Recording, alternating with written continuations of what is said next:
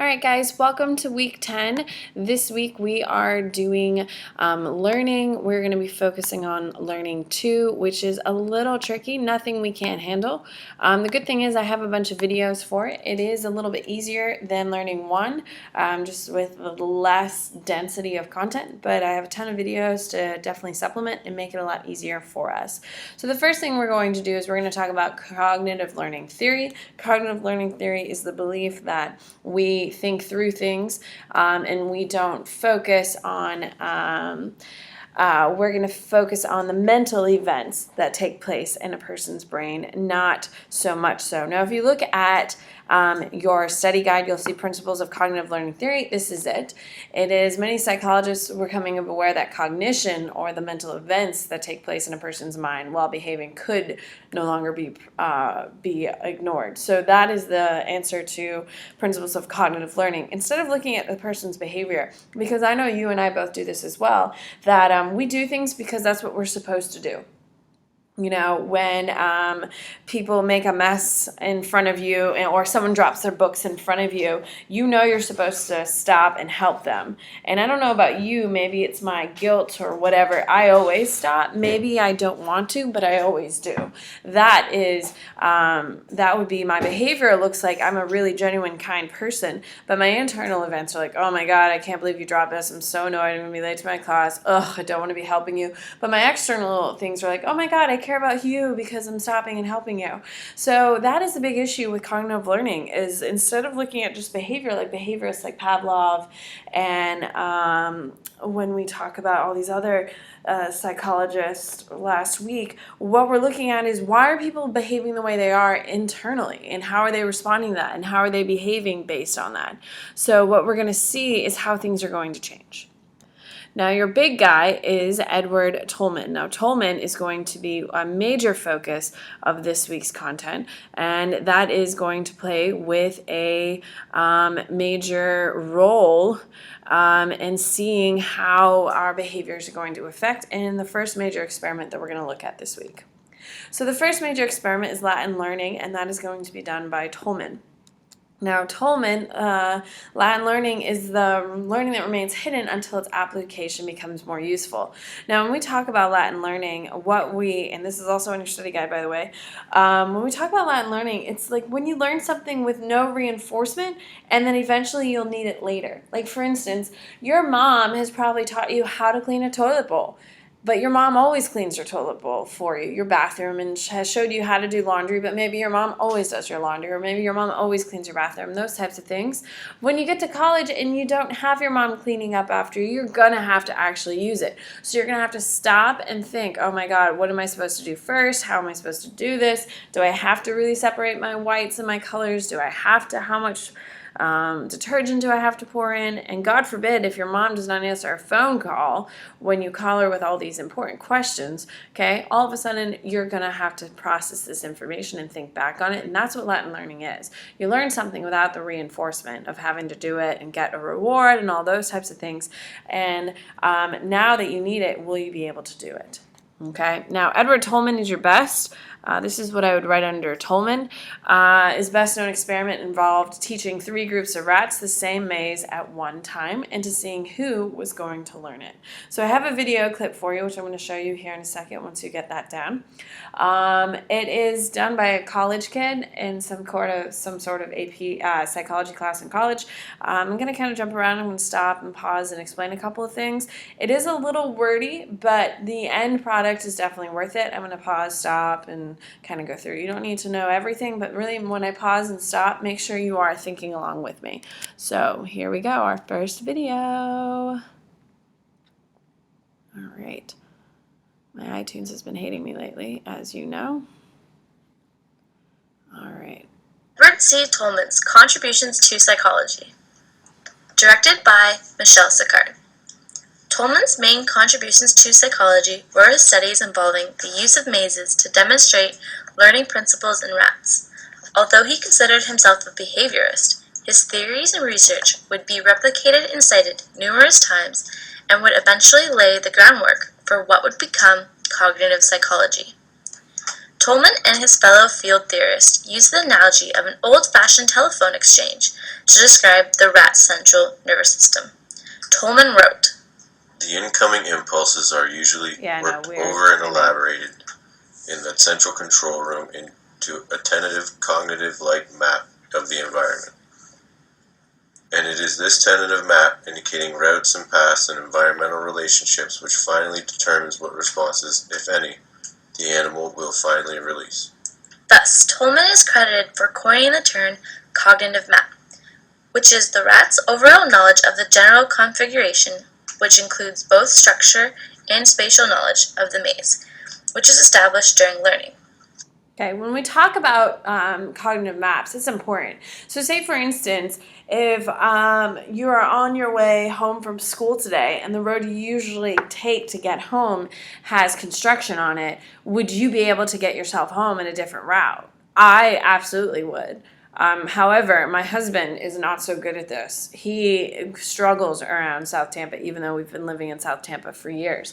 Cognitive map is in your head. You understand how things are laid out, so you can get to where you need to be and how you get there and those types of things. And Tolman is the foundation of this. He believes that your cognitive map allows you to really understand the world around you and how to best function.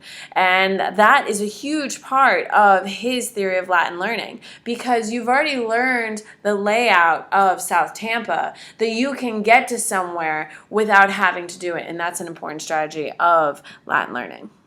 His major experiments were conducted at Berkeley University by his graduate students, which helped provide evidence to support his beliefs in the presence of a cognitive map. In this video, we will go over two of his famous experiments in detail, as he described them in his paper entitled Cognitive Maps in Rats and Men. Experiment number 1, the latent learning experiment. One of Tolman's students, Blodgett, used a maze referred to as the 6-unit alley maze to run 3 different groups of rats. Group 1 was a control group, which were fed when they reached the goal. Group 2 was an experimental group who received no food during the trial for the first 6 days, but received food when reached the goal on the 7th day and every day after. Group 3 was another experimental group who received no food during the trial for the first 2 days, but received food when reached the goal on the 3rd day and every day after. Okay, so he does this experiment 3 different times. The first group is your control group. Every time they ran through the maze correctly, they got a treat. Control group. Group 2 is the experimental group. There is no food at all during the first 6 days. Okay? However, on the 7th day, once they got to their food, once they got to the end, they received food. Okay? The third group is your experiment group. Okay? And no food during the trials for the first 2 days, but food after the 3rd day and every day after. So group 1 gets food every single day. Okay, are they going to learn the map pretty well, do you think? Yes, no. Group 2 is going to be in the thing for the first couple of times for 6 days, not get any food until the 7th day. And then group 3, they are going to have no food for the first 2 days and then receive food on the 3rd day and every day after.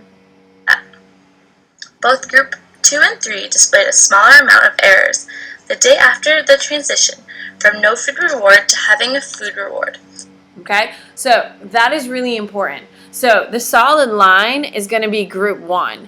They are going to get faster and faster every single day. However, after day 3, you're going to see that our group 2 and group 3 is going to get faster. So what that means is the rats learn the map without the food. However, the rats are going to run the maze faster with the food.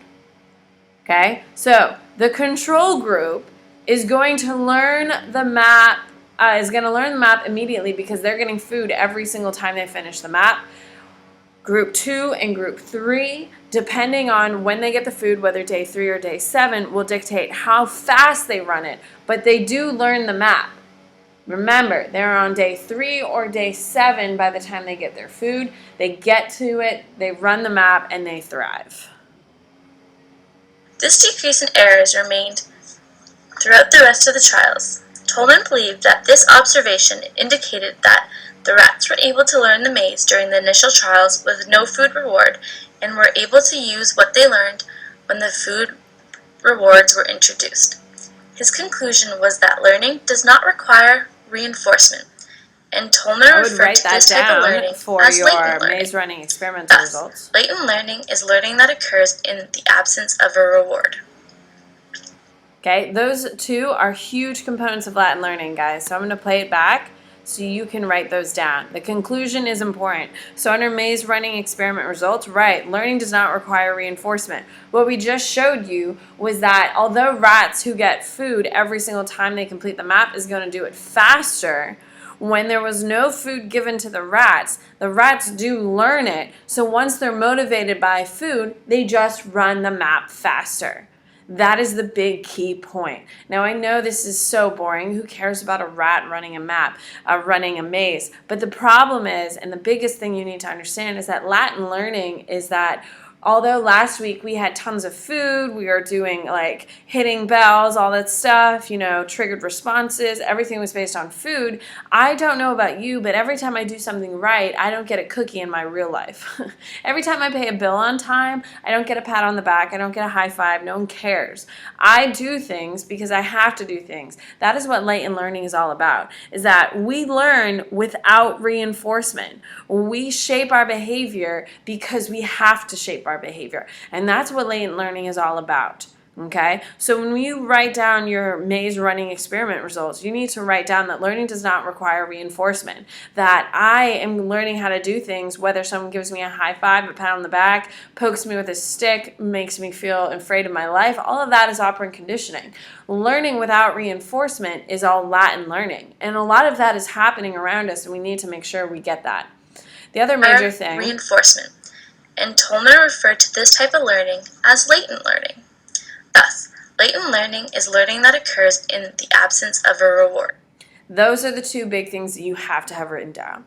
Latin learning is all about learning in the absence of reward. Okay, our maze shows us that the rats are learning the maze without getting food, even though they're going to do it faster with food. If every single time you did something well and someone cheered you on and made a big fuss over you, yeah, you're going to do better and you're going to be more motivated. That's why parents who are really involved in their kids' lives in a positive way have better succeeding students, because they understand that their parents love and care for them and they are there supporting them. However, a lot of us can agree that our parents aren't always there cheering us on, and that at this point, especially in high school, we have to do a lot by ourselves, and that's Latin learning. Yeah, there's goals, yeah, there's short-term and long-term goals and stuff like that, but Latin learning is the learning that occurs in the absence of rewards.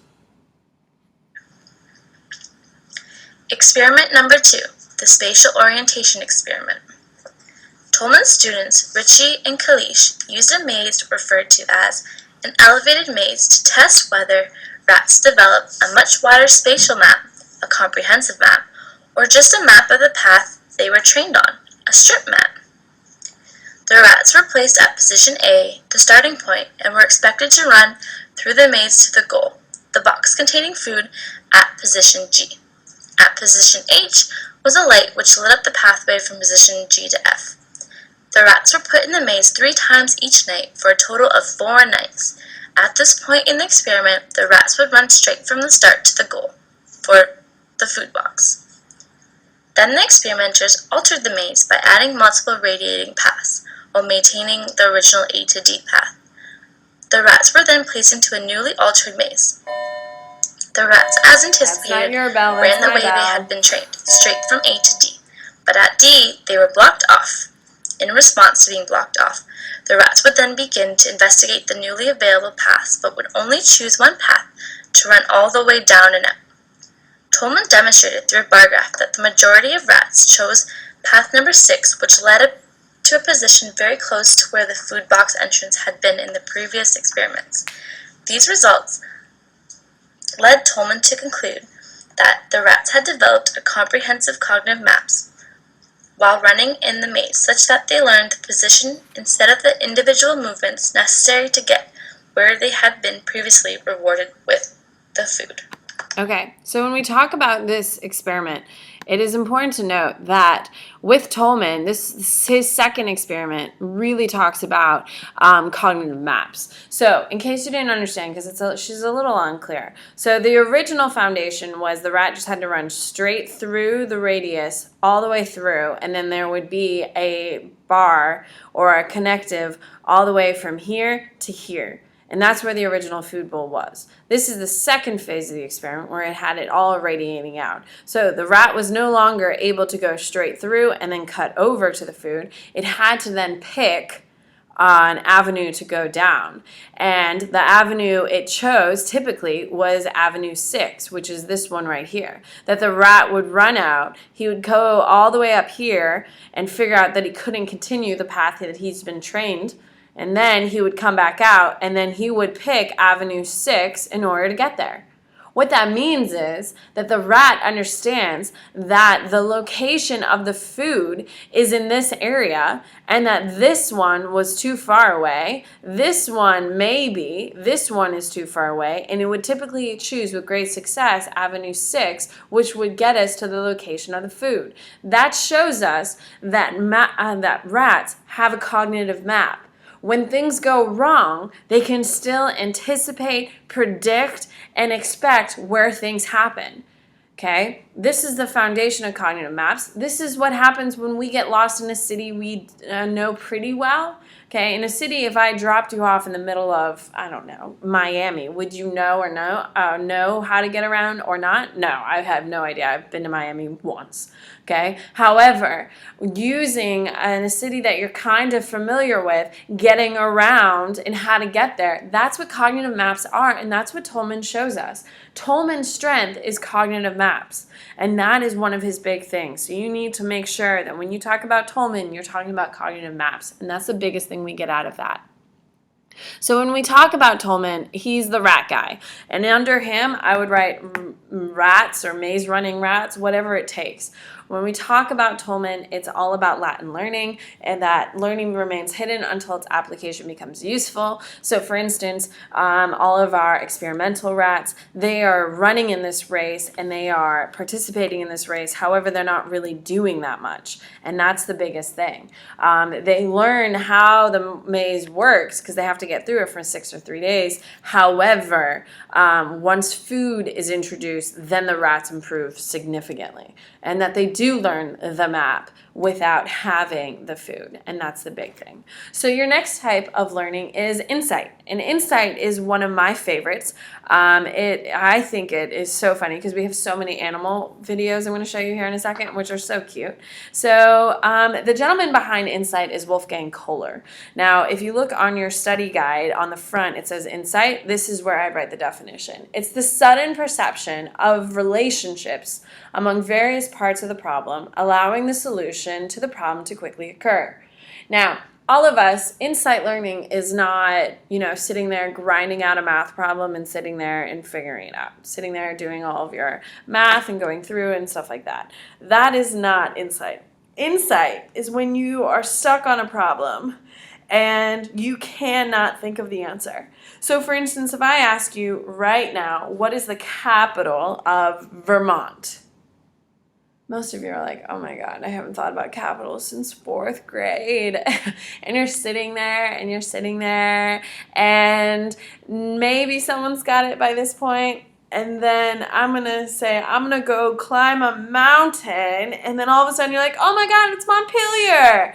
Okay, that is insight learning. Insight learning is when you have no idea and it's going to be triggered by something else.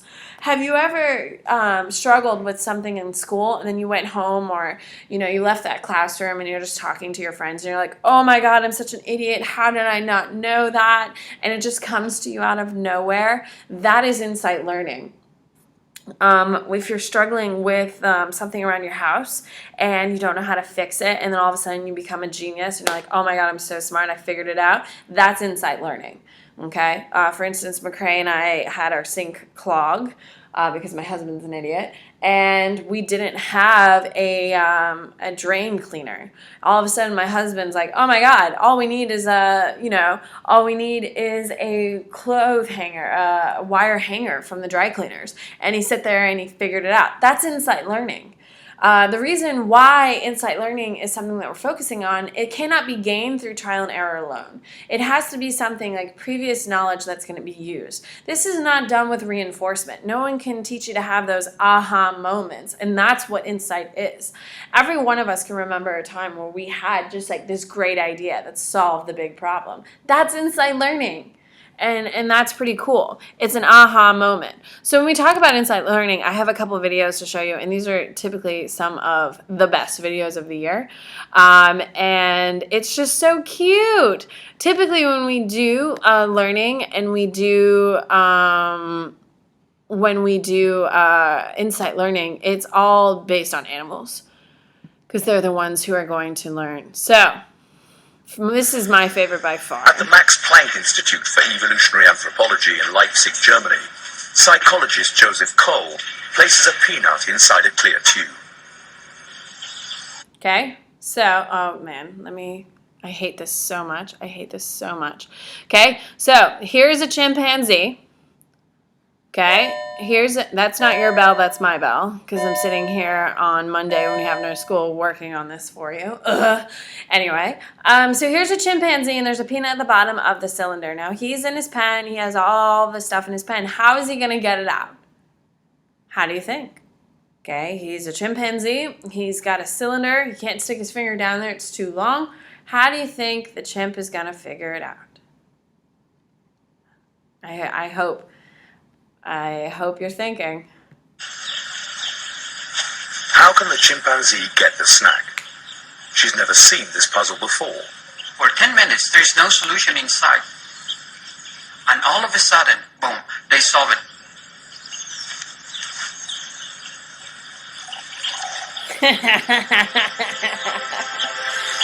What a smart little chimp. Would you have figured it out?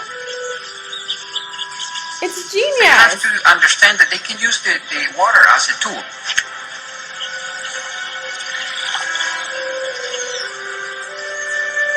This is interesting because the water itself, it doesn't have any shape. Using water as a tool seems like something we would do on a good day. That's insight learning. How cool is that? So having no solution and all of a sudden you're like, man, I can use water to get that peanut. That is insight learning. Okay, so a perfect example would be, the chimp using water to get the peanut is a perfect example of insight learning. It's that all of a sudden no solutions are present, then figuring it out. Now here's a very classic example of insight learning.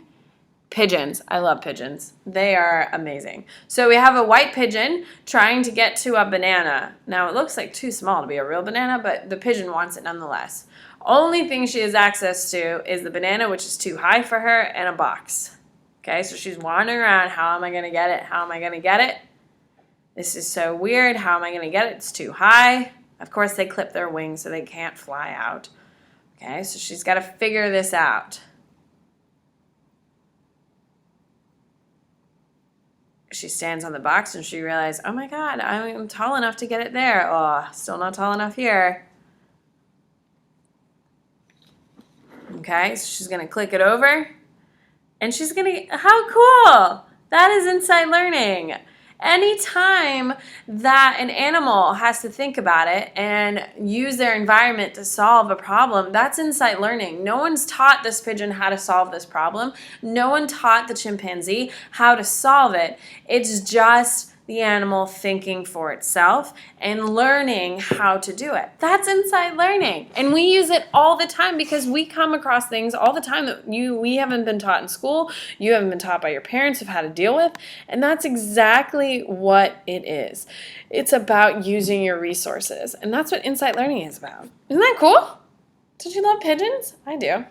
All right, so our next major experiment is called Learn Helplessness. Now, Learn Helplessness is going to be the tendency to fail, to act, to escape from a situation because of a history of repeated failures in the past. Now, when we talk about learned helplessness, this is the inability for people to improve their station in life. We see learned helplessness in animals a lot. We also see it in people a lot. When I teach learned helplessness, I always talk about my first year of teaching. When I was teaching at a lower, very low socioeconomic school, these kids were unmotivated to learn. And because their parents were unmotivated to learn, because their parents were unmotivated to learn. When you're in a situation where it doesn't look like there's any hope to improve, people decide not to improve. And that's exactly what is going on here. So, learn helplessness is where we're going to pick up tomorrow. I do want to cover a couple things on your study guide. So, I am going to switch to your focus, and we're going to fill in a couple things together. I hope you don't mind. That way we can just knock out a bunch of stuff for you. Since I'm not here, I want to make sure we're using our time. So we're going to pick up tomorrow there, and we're going to do Bobo dolls tomorrow as well, which is one of my favorite experiments, which is definitely one of my kids' favorite experiments. So when we're talking about your study guide, I'm looking actually at your focus right now. So take a look at your focus, and I just want to make sure that we are solidified in the role of the people, and I'm on the back. I'm on question 5. So the biggest thing that we need to focus on is Tolman. Now Tolman, and you can write down exactly what I'm writing, because why would I want you to do this twice if I'm sitting here doing it? Tolman, okay, he is the founder of Latin learning.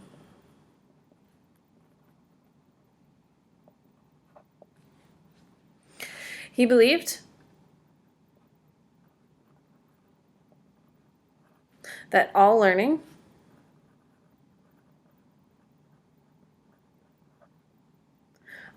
being done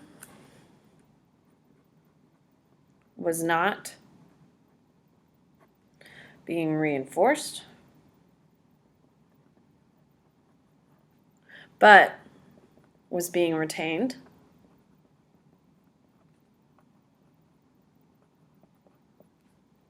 anyway. His famous experiments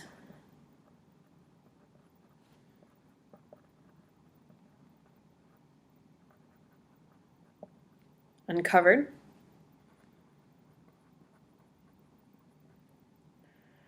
cognitive maps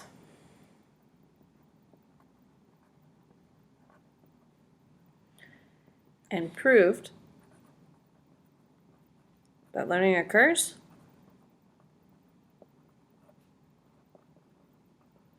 without reinforcement, but more effective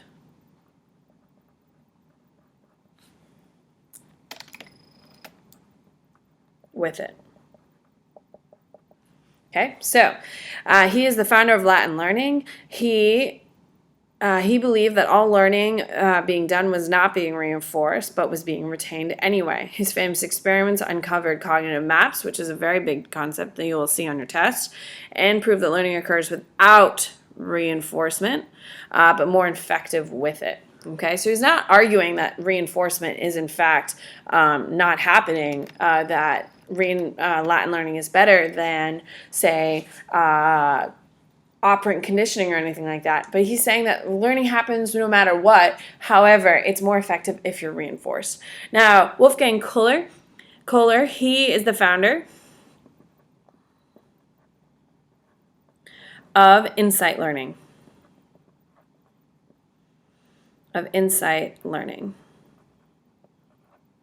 Okay. His research with chimpanzees discovered that solutions to problems can be solved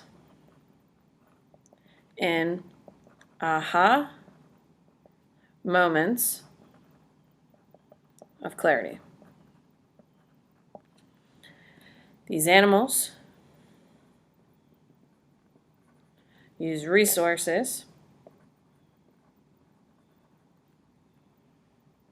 and skills learned in other ways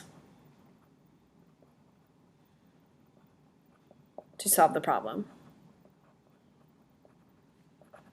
Now, keep in mind, you do need to know your names. You do need to know what they're based on. So Wolfgang Kohler, he's the founder of Insight Learning. His research with chimpanzees discovered that solutions to problems can be solved in aha moments of clarity. These animals use resources and skills learned in other ways to solve the problem.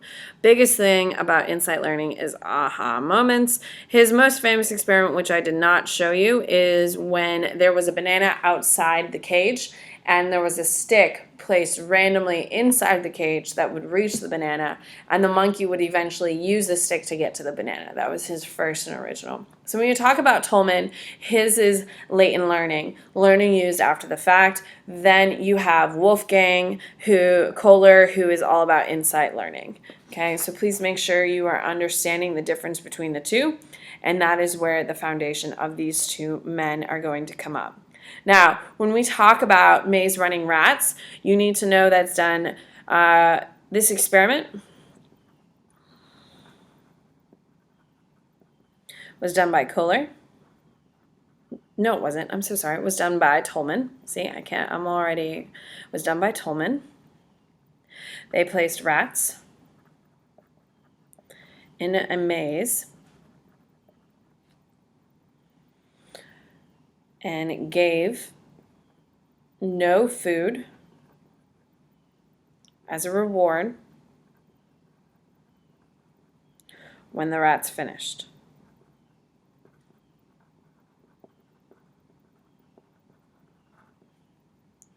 Eventually,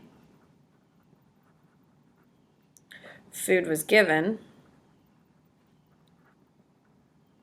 at completion, parentheses, after the rats learned the maze, parentheses, and it motivated the rats to run faster, but the rats had already learned it without reinforcement. Learning can happen without reward. Okay, now Smart Chimp. Now Smart Chimp is your Kohler. This experiment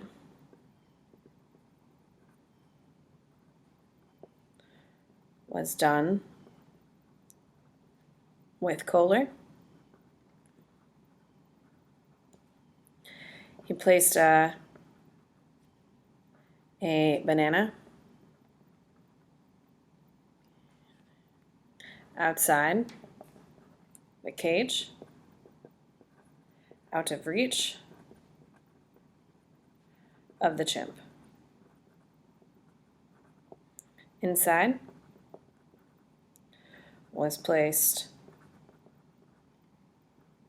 a stick long enough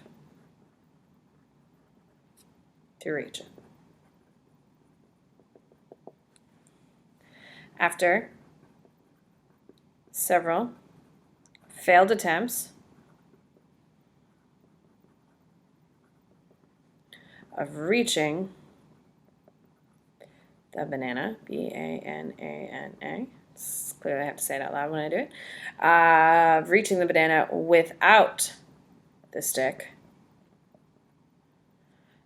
the chimp uses it, chimp uses the stick and gets the banana, B-A-N-A-N-A.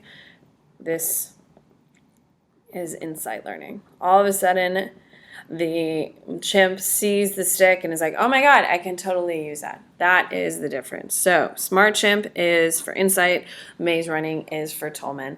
All right, guys, that is it for today. Those are the two major experiments we'll be covering today. Please use the rest of class today. You don't have a ton of time, but please use the class today to finish up the rest of your focus and your study guide. A lot of this should be coming back and be kind of working through. And I'm hoping tomorrow we'll get a lot more done for you. All right, have a good day.